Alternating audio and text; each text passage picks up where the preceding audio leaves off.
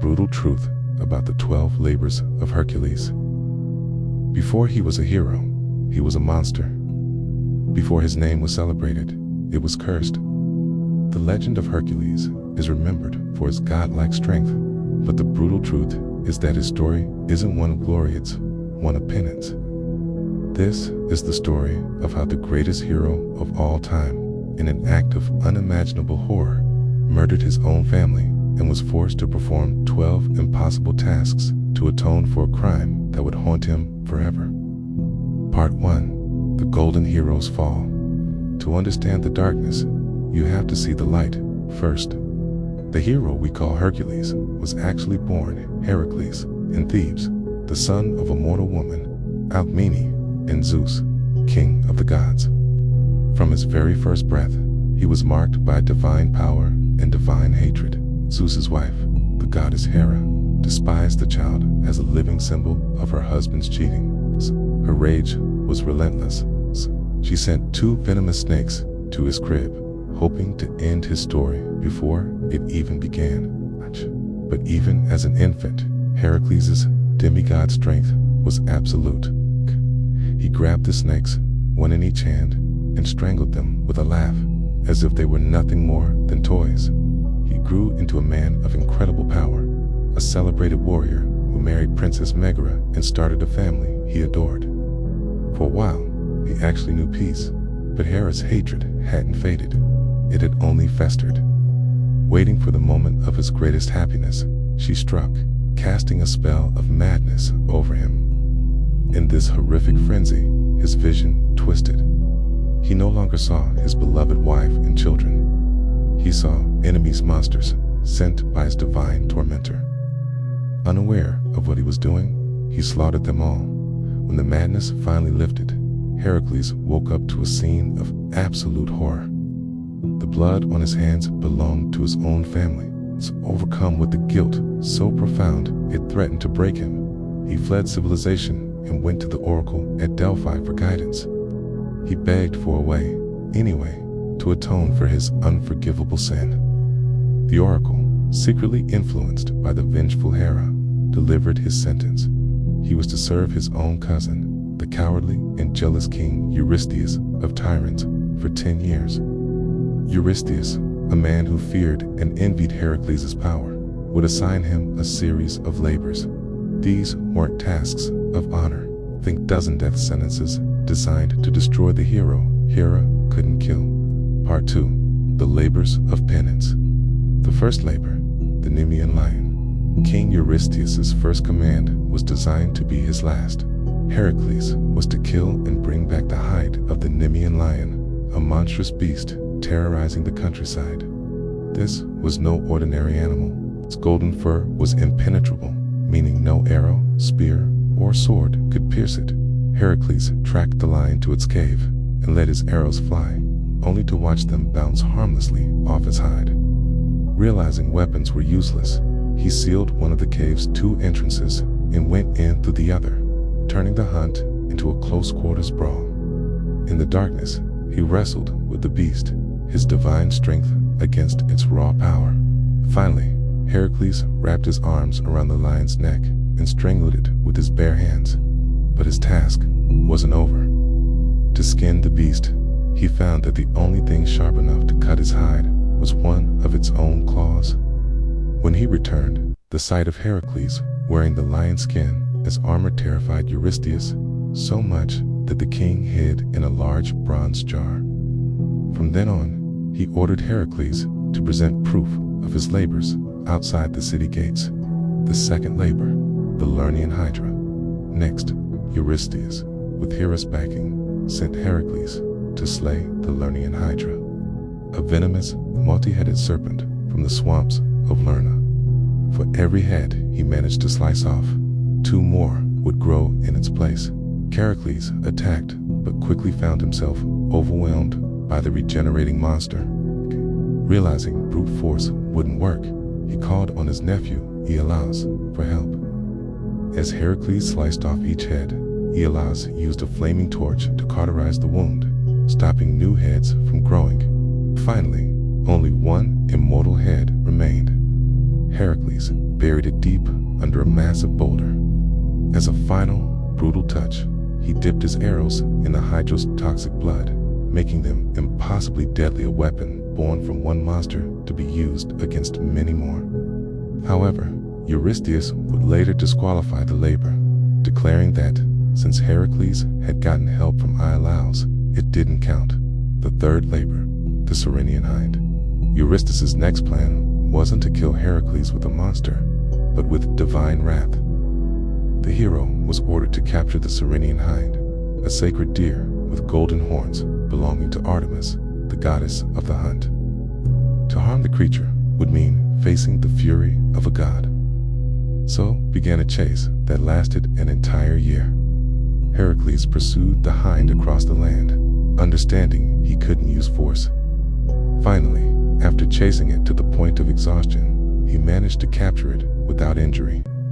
On his way back, Artemis and her brother Apollo confronted him. Heracles humbly explained his penance, begged her forgiveness, and promised to return the hind once he showed it to Eurystheus. Seeing his sincerity, Artemis relented, and the king's plan failed. The fourth labor, the Erymanthian boar.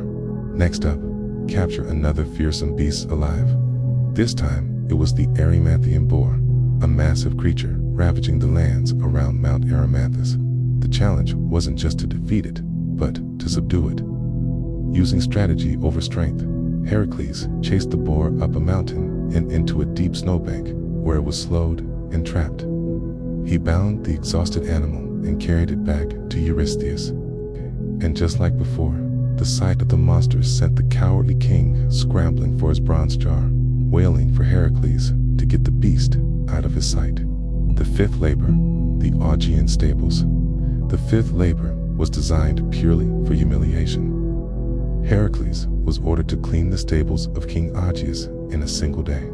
These were no ordinary stables. They held thousands of cattle, and the dung hadn't been cleared in 30 years. Seeing an opportunity, Heracles bet Aegeus a tenth of his cattle that he could do it. Aegeus agreed, certain it was impossible. Heracles wasn't just strong, he was clever. Instead of shoveling, he rerouted to nearby rivers, the Alpheus and Peneus, sending a torrent of water crashing through the stables, washing away decades of filth in hours. When Aegeus refused to pay, Heracles took him to court. But the whole affair gave Eurystheus an excuse to disqualify the labor, claiming Heracles had worked for payment. That meant 2 more tasks would be added to his sentence. The sixth labor, the Stymphalian birds. Labor 6 sent Heracles to the Stymphalian marshes, which were plagued by a flock of man-eating birds with bronze beaks and metallic feathers. They could shoot like arrows. The swampy ground made it impossible to face them directly. Seeing his struggle, the goddess Athena helped him, giving him a pair of bronze crotala or castanets forged by Hephaestus. Heracles climbed a nearby hill and clashed them together, creating a sound so deafening it startled the birds into the sky. As they circled in a panic, he shot them down with his poison-tipped arrows. The seventh labor, the Cretan pull. His labors now took him beyond his homeland.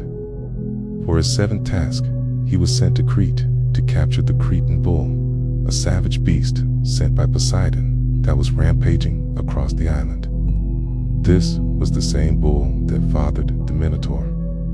After a ferocious fight, Heracles wrestled the bull into submission and captured it alive. He then rode the beast across the sea to Mycenae. Eurystheus wanted to sacrifice it to Hera, but she refused, since accepting it would mean giving Heracles credit for its capture. The bull was set free and wandered through Greece. The eighth labor, the mares of Diomedes. The labors grew even more brutal. Heracles was sent to Thrace to steal the mares of King Diomedes. These weren't ordinary horses, okay? They were vicious, man-eating creatures that Diomedes fed with the flesh of his unsuspecting guests. Upon arriving, Heracles defeated Diomedes. In an act of grim, poetic justice, he fed the cruel king to his own horses. After devouring their master, the mares became strangely calm, allowing Heracles to bind their mouths and lead them back to Eurystheus, who dedicated them to Hera. The ninth labor, the girdle of Hippolyta. The ninth labor started as a diplomatic mission, but ended in bloodshed. All thanks to Hera. Eurystheus' daughter wanted the golden girdle of Hippolyta, queen of the Amazons, a symbol of her authority.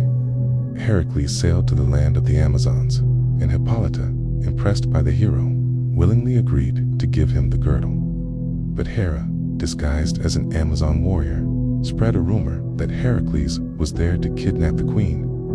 Enraged, the Amazons attacked his ship. Battle broke out, and in the chaos, Heracles killed Hippolyta, thinking he'd been betrayed. He took the girdle from her lifeless body and fought his way back to his ship, the mission ending in tragedy.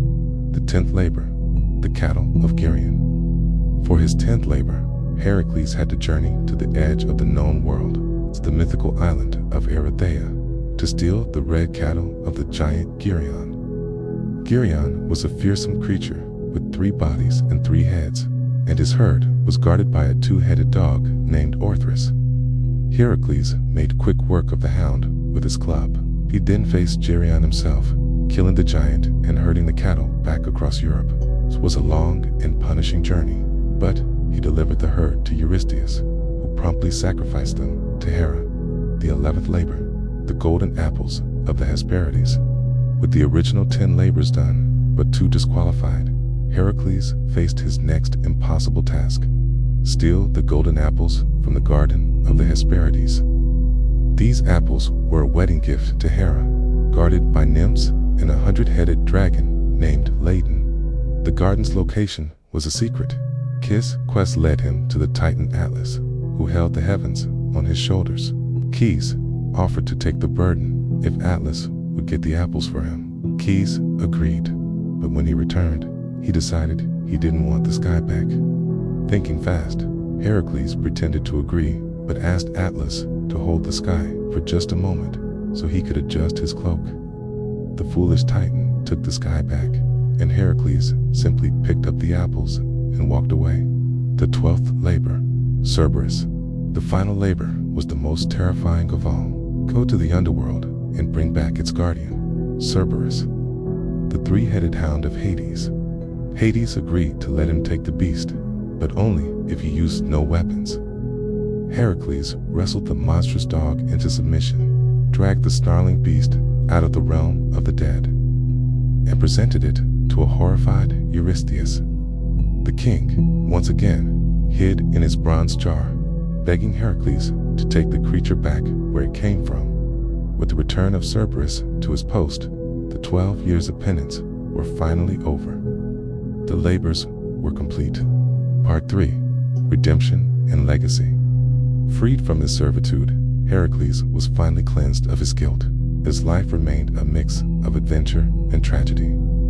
He sailed with the Argonauts, fought in the war between gods and giants, and married a new wife, Deianira. But his past followed him. While crossing a river, a centaur named Nessus tried to assault Deianira. Heracles shot him with one of his hydra-poisoned arrows. As the centaur lay dying, he tricked Deianira, telling her his blood was a powerful love charm she could use if Heracles' love ever faded. Years later, fearing Heracles was falling for another woman, a desperate Deianira soaked a tunic in the centaur's blood and sent it to him. But the blood wasn't a love charm, it was laced with the hydra's incurable poison. The moment the shirt touched his skin, it began to burn him alive. In unimaginable agony, Heracles knew he was dying. He built his own funeral pyre, and as the flames consumed his mortal body, his father Zeus intervened. His divine half, purified by all his suffering, was carried by Athena to Mount Olympus. There, the hero who had been tormented by Hera his entire life was finally reconciled with her.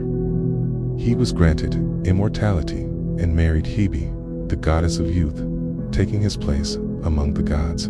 Conclusion. So, the story of Hercules isn't really about a perfect, invincible strongman. It's the story of a broken man, haunted by guilt and pursued by a vengeful God who endured impossible trials, not for glory, but for peace.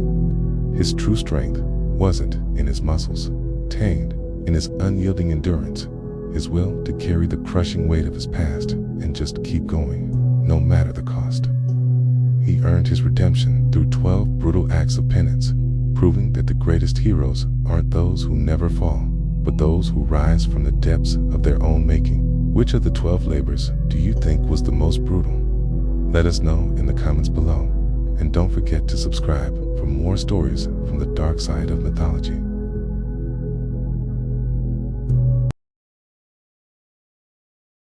How Medusa became a victim. Everyone knows the story of Medusa, the monster with snakes for hair and a gaze that could turn a man to stone. For centuries, her face has been a symbol of terror, a horror show worn on shields to ward off evil. But what if I told you she wasn't born a monster? What if she was made into one? What if the story we all know is only half the truth, a version of events twisted to hide a terrible crime? This is the untold story of a woman who was punished for being a victim, whose tragic fate has been misunderstood for millennia, and who has now been reclaimed as a powerful symbol of resilience and rage. Section 1. The innocent past. Before the monster, there was a woman, and before the woman, there was a girl who believed in the gods. In the very earliest myths, Medusa and her two sisters were simply born as monstrous gorgons. But a later, far more tragic version of her life, most famously recorded by the Roman poet Ovid, gives us a completely different picture. In this telling, Medusa was a mortal woman of stunning beauty. She wasn't a goddess. She was human and a faithful priestess in the grand temple of Athena, the virgin goddess of wisdom and war. To serve Athena meant taking a vow of chastity, a promise Medusa made willingly.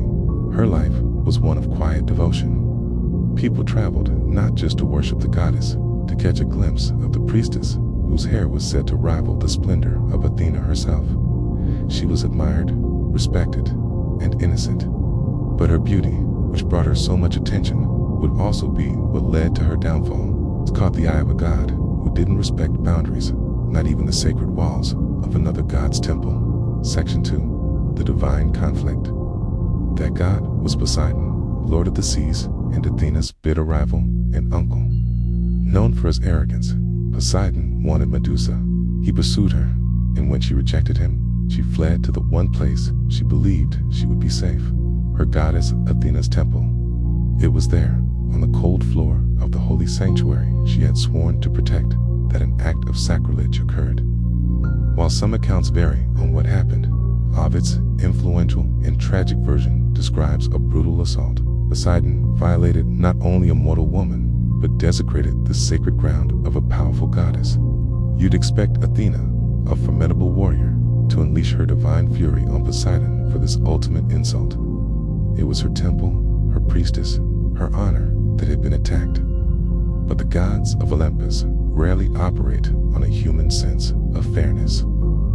Trapped by divine politics, Athena was either unwilling or unable to punish a powerful god like Poseidon. So, consumed with rage, her wrath fell not on the perpetrator, but on the victim. The crime was Poseidon's, but the punishment would be Medusa's alone. Section 3.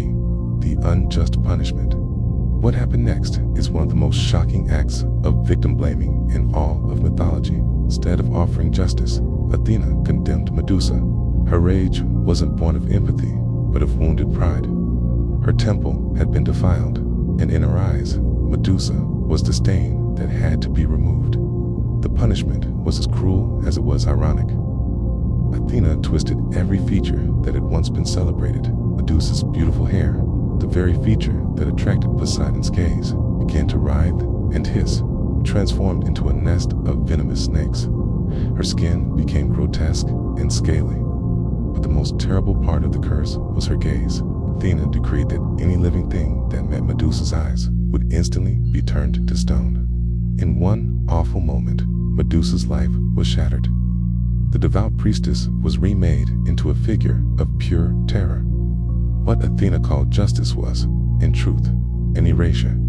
She didn't just punish Medusa, she made her into a monster so horrifying she could never be part of the human world again. She was exiled, cast out, her story reframed. She was no longer the victim of a crime, she was now the monster. Section 4. A life in exile. Driven from everything she knew, Medusa found refuge on a remote island. Her only companions were the cold, stone statues of men who had dared to look at her. These weren't trophies, but tragic monuments to her Kirsa constant. Haunting reminder of the life she'd lost and the horror she'd become. Every warrior who came seeking glory saw only a monster to be slain, a mythic trophy to build their heroic legacy. None of them asked who she was or what had been done to her. They only saw a beast to kill. Her existence became a lonely cycle of sorrow and survival. She was hunted, feared, and utterly alone, a prisoner of a face she couldn't hide and a power she never wanted. The world that had once admired her beauty now reviled her for a monstrosity that was forced upon her. Section 5. The inevitable end. Medusa's tragic story was always going to end in more violence. Her fate was sealed by a young hero named Perseus, who was sent on an impossible quest to bring back her head. But this was no fair fight. Perseus didn't arrive as an equal, but as an agent of the very gods who had wronged her. Athena, the architect of Medusa's suffering, ironically gave Perseus the tools to kill her, a polished bronze shield so reflective he could see Medusa without meeting her gaze. Armed with divine gifts, Perseus found Medusa asleep and vulnerable in her lair. In a final, terrible injustice, the hero beheaded her, killing the victim to fulfill his own destiny. Even in death, her story wasn't over. From her severed neck sprang new life. Pegasus, the winged horse, and Chrysaor, the golden warrior, her children by Poseidon, and her head, its power still active, was not laid to rest. It was taken by Perseus and used as a weapon. Finally, he gave it to Athena, who mounted it on her shield, the Aegis. The goddess who had cursed Medusa now wore her victim's face as a symbol of her own power. Final, chilling assertion of dominance. Section 6. The lasting legacy. For thousands of years, that's where the story ended. Medusa was cemented in our minds as a monster, a villain, a cautionary tale. Her narrative was controlled by the writers of the myths, where Perseus was the hero celebrated for slaying a fearsome beast. Her trauma and the injustice she suffered were swept under the rug. But stories change. In recent times, scholars and artists began to look at the myth through a new feminist lens. They looked back to Ovid's account and asked a simple, revolutionary question. What if Medusa wasn't the villain at all? This modern re-examination reframes the entire myth. Feminist thinkers argue that Medusa was turned into a monster by a patriarchal story that fears female power. Some interpretations even pose a radical theory that Athena's curse wasn't a punishment, but a twisted gift of power. In this light, Athena gave Medusa the ultimate defense against male violence, turning her body into an untouchable fortress and her gaze into a weapon that ensured no man could ever harm her again. Today, Medusa has been reclaimed as a complex and powerful symbol. She's seen as an icon of female rage in the face of injustice. For many survivors of sexual assault, her image has become a symbol of resilience, tattooed on their skin as a protective ward and a declaration of survival. The artist Luciano Garbati's famous 2008 sculpture powerfully captures this shift, holding Medusa, holding the severed head of Perseus, flipping the narrative and asking, what if the victim fought back and won? In conclusion, Medusa's journey from priestess to victim to monster, and finally, as a feminist icon, shows how powerful stories are and why we need to question them. She wasn't born a monster. She was made one by the cruelty of gods and the ambition of men. Her story is a timeless allegory for victim blaming, but it's also a story of strength. She is the face of rage, of survival, and of the power that lies in those who have been silenced. They tried to bury her story, but it rose again, carried by those who refused to let her be remembered as just a monster. What do you think? To hearing her full story, do you see Medusa as a monster or a victim? Let us know in the comments below. And if you think more stories like this need to be told, be sure to subscribe and share this video.